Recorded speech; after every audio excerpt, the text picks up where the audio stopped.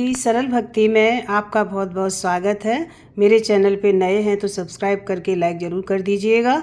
और अब आगे जो हमारा हनुमान जी की गाथा बीच में छूट गई थी तो वो अब शुरू होने वाली है फिर से। तो मकरी अप्सरा का कैसे उद्धार हुआ था उसके आगे की कहानी हम सुनेंगे। लक्ष्मण जी की चिकित्सा के लिए हनुमान जी लंका से सुसेड़ वैद्य को सोते हुए ही घर सहित उठा लाए थे।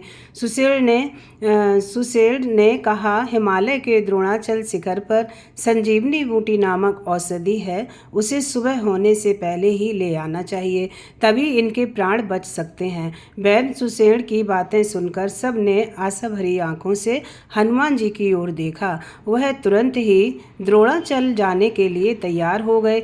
रावण ने सोचा कि किसी प्रकार हनुमान की यात्रा में विघ्न डाला जाए जिससे वह औषधि लेकर समय से न लौट सकें। वह काली नेमी राक्षस के पास गया तथा उससे कहा कि तुम ऐसी माया रचो कि लक्ष्मण के प्राण बचाने के लिए औषधि लेकर हनुमान समय से न लौट सकें। रावण की बातें सुनकर काली नेमी ने कहा, रावण, राम के दूत हनुमान को माया से मोहित कर पाने में कोई भी असमर्थ नहीं है। मैं ऐसा प्रयत्न करूंगा तो मुझे निश्चय रूप से मृत्यु के मुंह में जाना ही होगा। काली नेम की बातें सुनकर रावण बहुत ही क्रोधित हो उठा। उसने कहा, काली नेम, यदि तुम मेरी बात नहीं मानोगे तो तुम्हें मेरे हाथ से मरना होगा।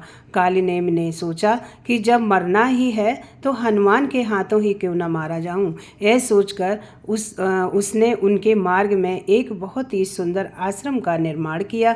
स्वयं मुनि का वेश बनाकर उस आश्रम में बैठ गया। हनुमान जी जब उस आश्रम के पास पहुँचे तब उन्होंने बड़े जोरों की प्यास लगी हुई थी। मुनि का आज सुंदर आश्रम देखकर उन्होंने सोचा कि यहाँ जल पी लूँ।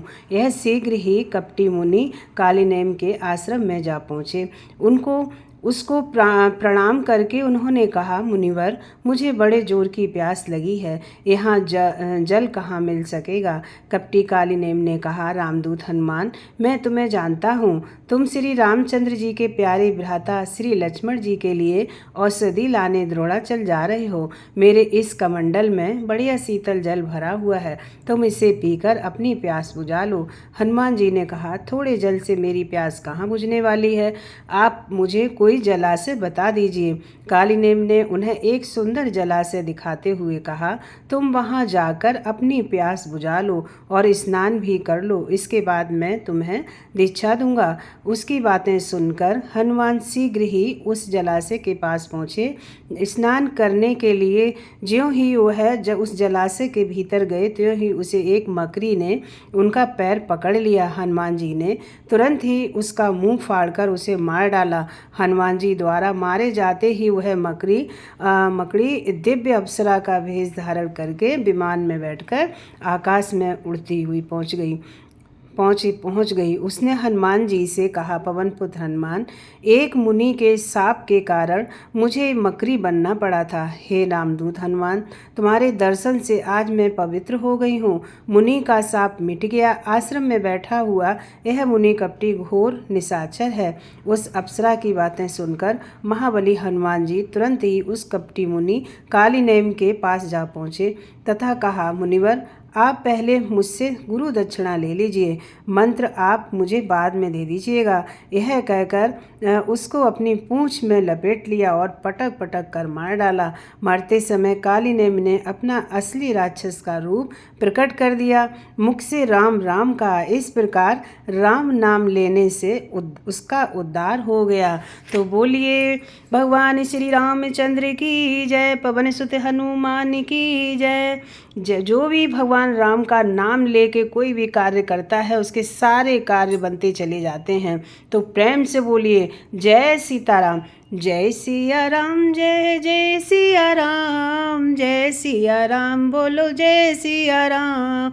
जय सिया राम, जय जय सिया राम, जय सिया राम, ओ जय जय सिया राम। जय सिया राम, बोलो जय सिया राम, जय सिया राम, बोलो जय सिया राम। और कोई राम का दीवाना तो बनो, कोई राम का दीवाना तो बनो, दीवाना तो बनो, मस्ताना तो बनो।